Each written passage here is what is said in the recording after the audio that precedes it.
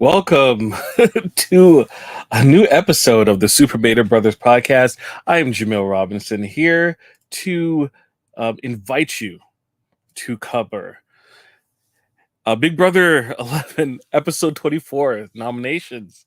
Um, we're back after that crazy, crazy double eviction that we saw last week, where we saw Kuzi go home, followed quickly by Shania.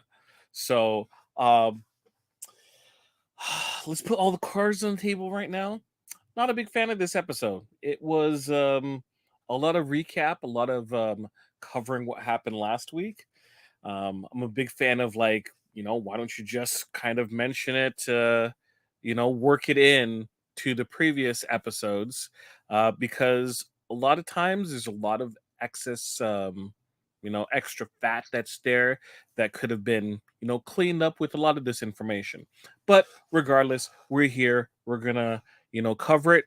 So here we go. I'm gonna reset my pictures back to the beginning. Click, click, click, click. So, as always with me, previously on Big Brother, it was the double eviction. And after Kuzi went home, Claudia won HOH, right? And nominated both Daniel and Anika for eviction. Well, they did the POV, and of course, Ty does what Ty does, and he won ball game, and Shania was put on the block. Now, we see in this episode kind of capturing what happened, what led up to this decision. We all know that Shania went home, but how exactly did she go home?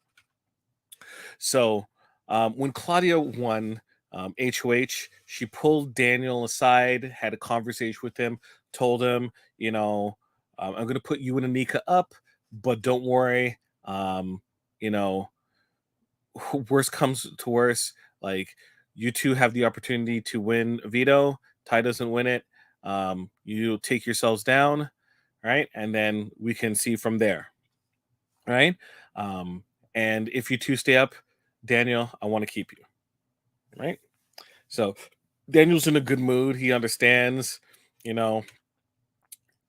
Claudia details her plan to Ty and states that if one of them gets taken down, Shania goes up, and then of course he's gonna have to save Shania with the vote, and she grills him about it, and he eventually agrees, very very reluctantly, so much so that it should have been alarm bells in her head that, oh no, you know this might not turn out well for me. So Ty has a conversation with Anika, and kind of details exactly what he plans to do. Right? Um, he wins the veto, obviously, as I mentioned before, and kind of details exactly what is the move going forward. Shania is going to go up, and he's going to take out Shania. Bring in, bring in Daniel. So Anika goes to get Daniel, but then Claudia comes in, and Ty and Claudia have a conversation. Not a good one, mind you. Right? Ty starts detailing some information, and as Ty usually does whenever he has any type of power, he has this condescending voice and tone when he speaks to people. It is infuriating. It's so infuriating. It's constant. Anytime he's in a position of power. When he's not in a position of power, you see him, his body language is kind of like muted, and everything. But anytime a situation when the worm turns, it's just pure bravado. It's insane. Regardless, he details to um, to Claudia that Shania, Daniel, and Nika were working together, and he can't trust Shania. He's communicated to Renee, to Claudia, to Daniel, and Nika. Everyone listens with the exception of Shania. Doesn't want to work with her. She needs to go. If Claudia says, and Claudia has repeatedly stated in this episode that she wants to work with Ty because if she can't beat him, might as well join him. Well, um, Ty wants this, right? Ty wants this for them to know that they're working together. So Claudia has to go and have a conversation with the girly pops. The girly pops, for those who, for whatever reason, are just joining us now, um, this episode is Shania, Claudia, and Renee are the girly pops. And uh, Claudia has to break down the situation that it seems like Ty is going to pull someone down, and therefore the only people that are eligible to go up on the block are one of the girly pops. Now, brief pause here. She's acting like this was unfathomable to happen, which makes no sense because when you put two people up and you're down to five, right?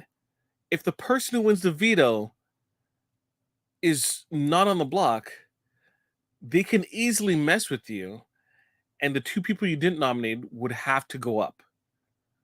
Like this is common sense. You're looking at the numbers in front of you. It's like there's two there, and there's you know three other people, all right? And if wins veto, he can't be put on the block. So that leaves only two people left, and he takes one person down. You only have a pool of two people to put on the block. Those two people that were outside the block are the girly pops. So you did this to yourself, right? If you want to protect the girly pops so much, then you should have put Ty on the block, right? And you know, you were determined to, try to build more bridges and show trust with Ty, but you know how Ty is, right? Claudia knows how Ty is, and she should have known better that he would say everything that he needs to say, and then when it's his time in the power position, she would have to, you know, bow to his will or, follow his lead. Well, regardless, back to this conversation that the girly pops are having. Um, it's very emotional for the girly pops because they know that this is the end of the line for their trio, and Shanae at this point kind of mentions like, you know what? I don't deserve it. Renee, you do. So you guys can vote me out. Now, brief aside again. I don't understand this you deserve it more than me kind of thought process. To me, it never makes any sense. Never. Never makes any sense. No one deserves anything on these game shows. No one. No one deserves it more than the other. Now, as a outside viewer, kind of like seeing all the different pieces fall into place, sure can have opinion of who deserves it more, right? Or who I want to win it more, or who I feel should win it more. But like no one deserves this money, right? There are people who are outside the game who deserve the money, but none of these people deserve the money. So you saying that this person deserves it more, no, that's a lie. That's not true. Shanae, you have as much as right to that money as Renee, or as Claudia, or as Ty, Anika, or Daniel. Now, if you're willing to give up your game, that's your prerogative and everything like that. But don't lie to people and say that someone deserves it more. None of you deserve it more. Anyways, so Claudia has a decision that she has to make. We move on. So Daniel and Nika talk about the situation, and they're thinking about, okay, like why aren't they putting up Renee? Because Daniel, Anika, Shania, and also Claudia had like a final four deal.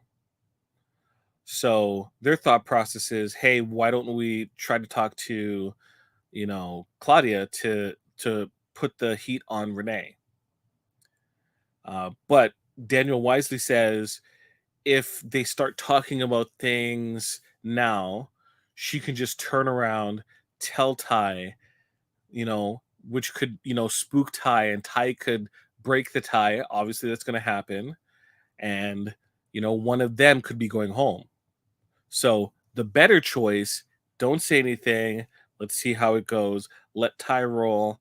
We at least get Shania out. It's still 2-2 with Ty, who they believe is more loyal to them than to Claudia and company. So the news gets broke to Claudia. She is very sad. Right?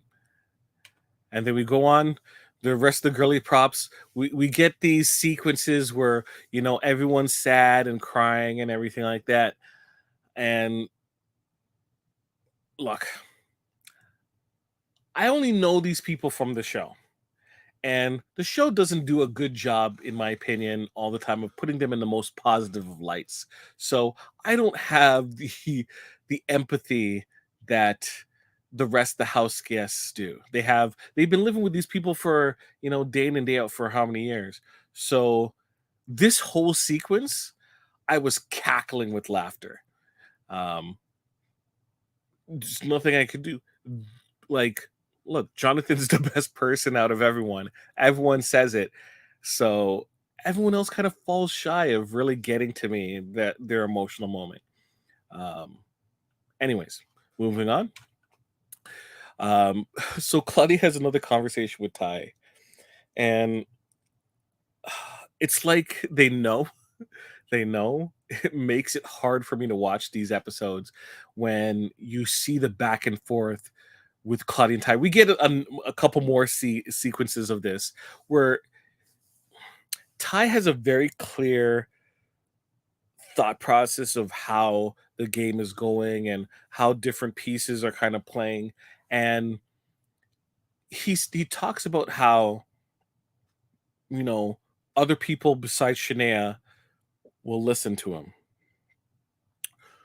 What he really means is that other people in the house, right, don't constantly um, let him run over them.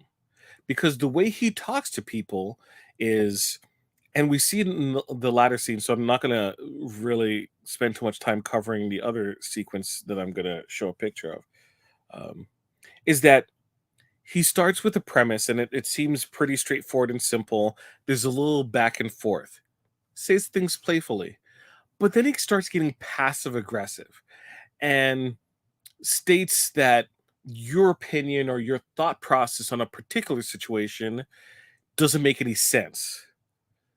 Clearly, for you, in your perspective, right, it does. Or that you're going to do something and you're like, well, I don't know what I was going to do, or I wasn't going to do that, whether it's lie or truth, right?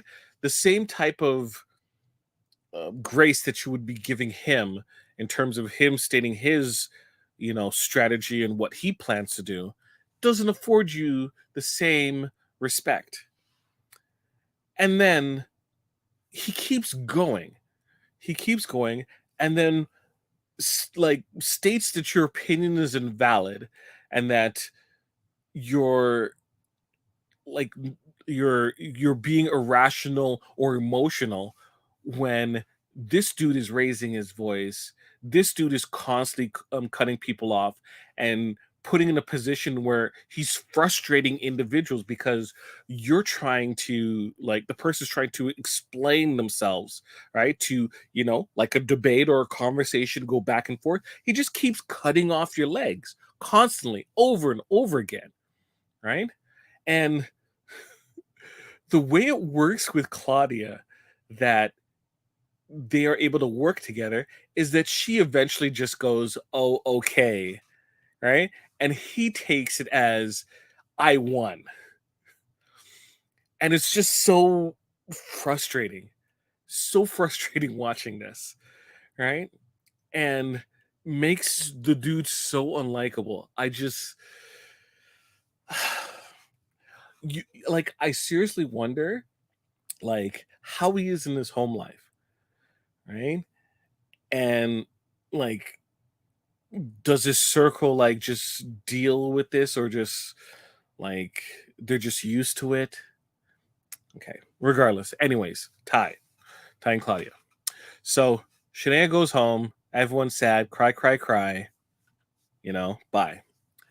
Afterwards, we get a conversation where Ty is talking to Anika and Daniel, and they're talking about the position and the players in the house, and Ty mentions that he knew about the groupings that were in place, right? And they weren't quite like they were kind of like Daniel and Nico were like, What is he talking about?" kind of thing. And what we see is that Ty knew about, you know, the crown. He knew about the Final Four alliance that Shania, Claudia, and Anika and Daniel had. Now, for Anika and Daniel, that's no skin off their back because, they did that because technically they were down to two people and they were just positioning themselves. Ty can appreciate and acknowledge that type of strategy. But his issue is in terms of Claudia kind of, not being forthcoming with that. Anyways, but Anika and Daniel's perspective when Ty leaves the room is they believe that Claudia spilled the beans to Ty about this. So we go into our HOH. HOH is pretty simple. You have like it's kind of like a survivor puzzle. Not puzzle, but like endurance challenge where you have to put your foot on a teeter-totter and you have to keep a certain amount of pressure. On the opposite end is a little statue that says HOH, and uh, if you uh, change the amount of pressure that you are providing, the statue could fall off. Statue falls off, you eliminate from the game. Well, Anika wins. Anika wins, and this is possibly one of the quickest HOHs ever. How quick you might ask. 17 seconds. Really?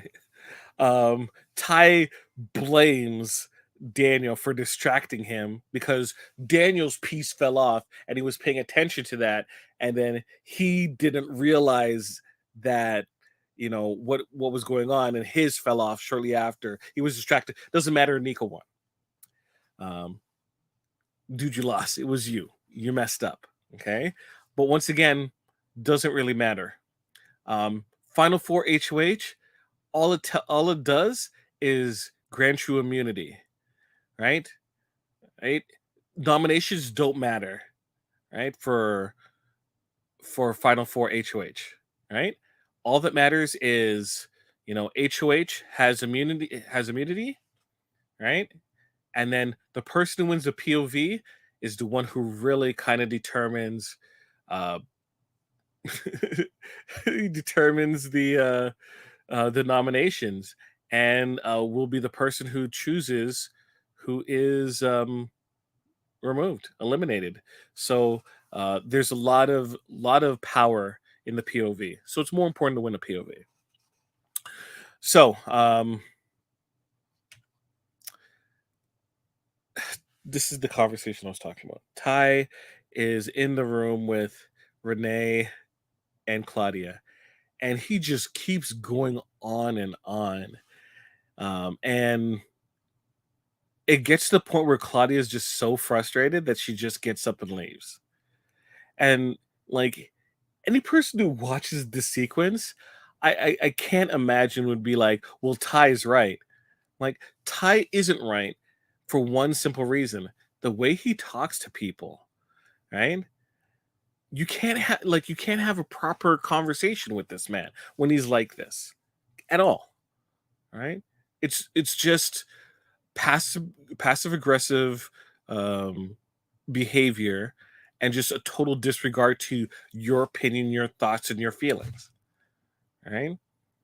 Right? He just tries to hammer his point, and just keeps talking until you just curl up just for it to be over. Anyways, right? Anika goes for her Wendy's. Adele, um, is the Wendy's representative. Yippee. Gives some advice. I don't even want to say it's good advice. He gives some advice. And I'm skipping Anika's whole, winners fashion show and HOH room. That stuff is absolutely boring and useless. So it's more product placement. So meh. So Ty and Anika have a conversation, and um, they converse about the situation. Nika gets more details as to exactly where Ty got his information, where we learn that it was from Kuzi, and Kuzi was aware of this situation. Um, and I think the important thing to take away isn't necessarily that Ty got the information from Kuzi, is really the feeling about how Kuzi felt about that information, because she's heading into the jury house. No jury sequence. Probably see it on eviction night.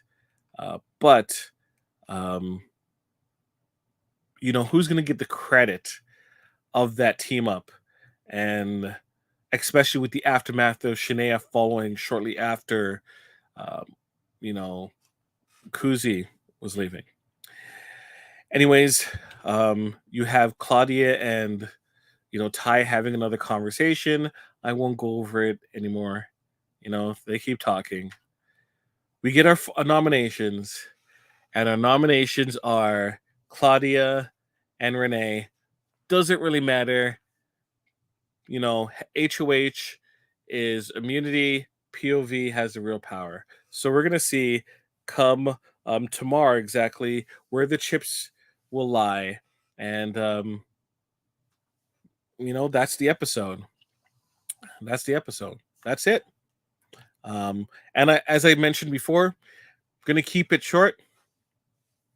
We're gonna see what happens. What do I think is gonna happen? I don't know. I haven't looked up the digital dailies to kind of get the scoop as to what's going on. As you get closer to the ending, you just kind of want to see it unfold, and then you kind of backtrack to if anything interested happened. If you hear anything online, haven't really heard anything yet, so we'll see. So that's it for our episode. Thank you for joining. Um, but now it's time for me to do a little, house cleaning, not in my actual house because I don't do that, but actually house cleaning here. So tomorrow's episode for Big Brother, um, as of has been the case this year, we will not be covering it for Super Mario Brothers, but we will be here on Thursday for the eviction. So uh, I would like to announce that Dave will be running it along with Foster. So definitely check that out. That's going to be great. Um, Tomorrow is Survivor on the Super Mario Brothers podcast, and Dave and Foster will be covering Survivor. I shall not be there, unfortunately. I have a prior engagement. I am guesting on another show, even though I do greatly love the Super Mario Brothers podcast. I will be guesting on one of our sister shows. Um, and you might be asking, wait, how does Super Mario Brothers podcast have a sister show? Well, Super Mario Brother podcast is part of the United Federation of Podcasts. It's a little uh, podcast network that we have going on. So, as mentioned before, Super Mario Brothers podcast, we air Tuesdays, Wednesdays, and Thursdays. Tuesdays for Big Brothers, Wednesday for Survivor, Thursday for Big Brother. Um, we also have uh, a little thing called the MMMs, the Mary Marvel Mater Society, where we cover Marvel movies as their release. And this week is going to be not Quantum Mania. We did Ant-Man recently, but we have Guardians of the Galaxy 3, Volume 3.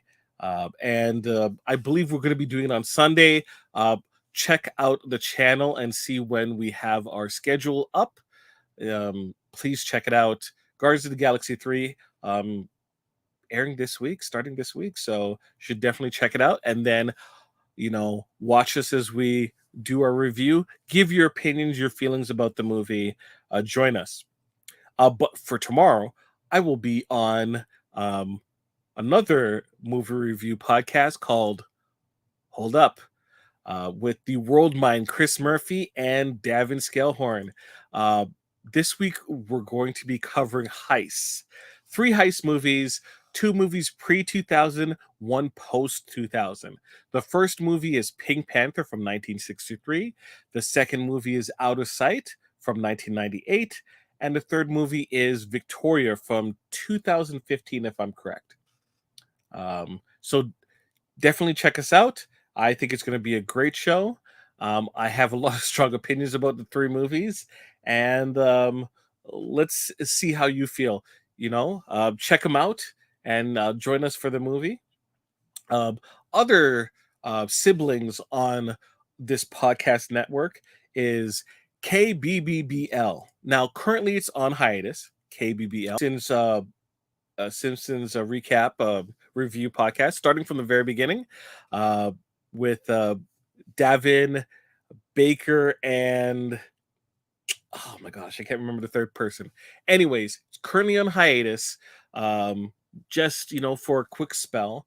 Hopefully not too long. But you can check out the previously released episodes, watch the Simpsons episode, then watch KBBL episode that corresponds with it. Great pairing. It's like a good wine and a steak. Um, Also with Davin is X-Men, X-Rated, the X-Men animated review show, where Davin and Andre Mayette are covering the X-Men animated uh, Fox show and going episode by episode by giving a review. And eventually, they will be covering the X-Men 97 animated series, which will be releasing on Disney Plus hopefully this year. Speaking of Andre, Andre has his own show called the Graphic Histories Podcast. It's a review podcast where he interview podcast where he interviews artists, writers, directors, all sorts of interesting people. Andre is a great interviewer. You should definitely check it out. So yeah. We also have the Hellbound podcast with Alex Blackburn and Michael Chan.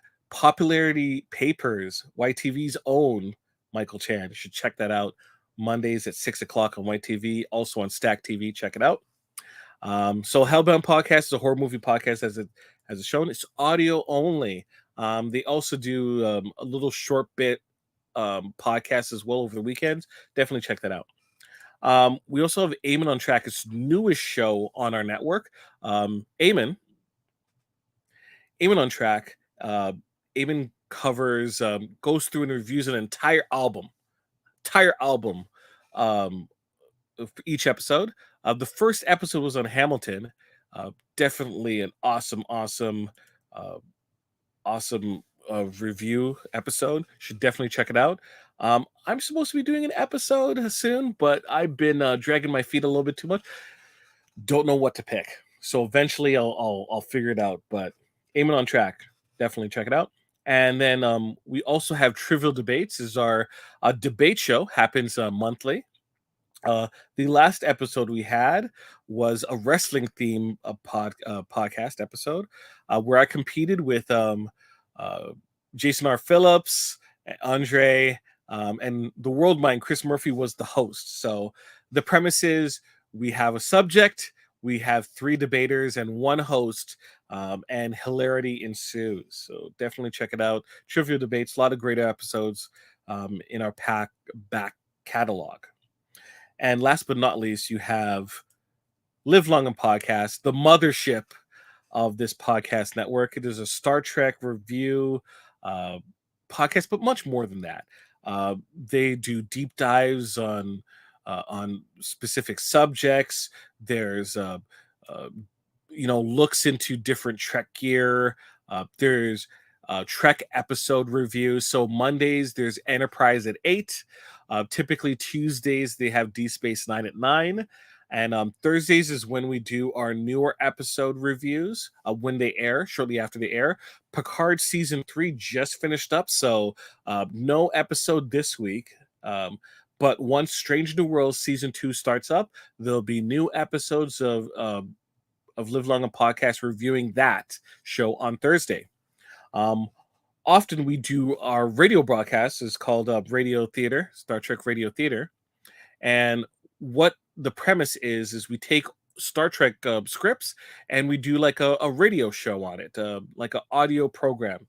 And this time we did adaptation of Lower Decks comic book storyline, and it was awesome. Should definitely check it out. This is not the final version. We do like two versions. One, a live version, and then also we do a kind of cleaned up version where all the the the little bumps along the road get cleaned up. Both are left up, so you have two versions to check out. Live show is pretty fun, so should definitely check it out. And that's it. Thank you for joining me on Super Mater Brothers. Yes, I'm not a Mater, but we all have a little bit of Mater in us. So thank you for joining, and until next time, be well, be safe.